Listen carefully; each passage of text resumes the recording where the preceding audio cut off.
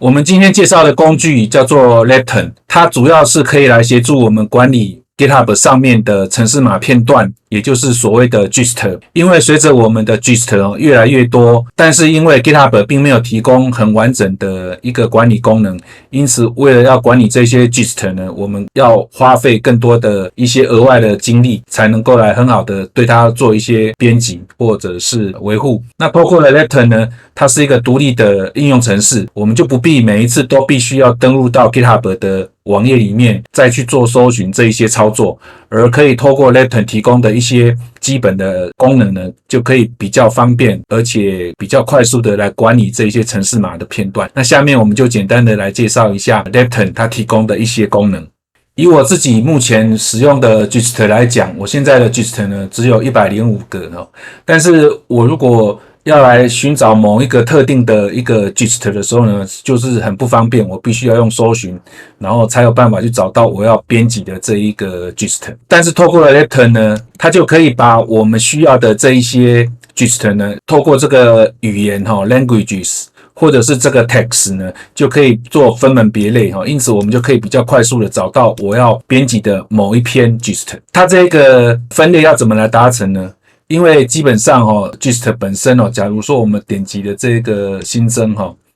这个 gist 的功能，你可以看到它其实就是只提供了这几个栏位可以让我们做输入而已。首先就是你的 gist 的描述，接着呢就是你的程式码的片段的档名，然后最后你如果还有别的附加的档案的话，你就用 add file 把它加进来。基本上呢它就只有这几个栏位可以来做输入，因此我们也没有办法对我们输入的这个 gist 呢做一个分类。但是透过 Lepton 呢，它就提供了这一个可以做基本的这个 text 标签的分类的功能，而且它会自动帮我们依照这个语言帮我们自动做一个归类，因此我们可以比较容易的找到我们要编辑的东西。比如说我现在要找 Markdown 的这个语言使用 Markdown 这一个语法写的这些 gist 呢，它就可以帮我们直接就列出来。好，那下面我们就来看一下我要怎么样子来产生这一些分类用的这些标签语言是 Lepton 自己会根据这一些档案的副档名自己会帮我们做分类。那我们唯一可以变动做这个分类处理的呢，就是自己增加这个标签。那它的使用的方法其实很简单比如说我们现在随便找一篇文章比如说我找这一篇这是我的一篇文章，那我们基本上就是只要进入了编辑，那把这一个刚刚我们看到的第一个栏位就是 gist description 这个栏位依照 Lepton 的格式就可以形成我们需要的一些标签那它是这样子就是第一个开头呢，我们用中括号刮起来的呢，这个就是我的标题，然后后面呢你就可以来做一些说明比如说我随便打一些就是这边就会变成是我们的说明然后后面再加上井号呢description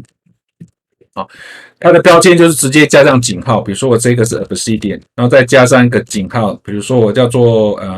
文章好了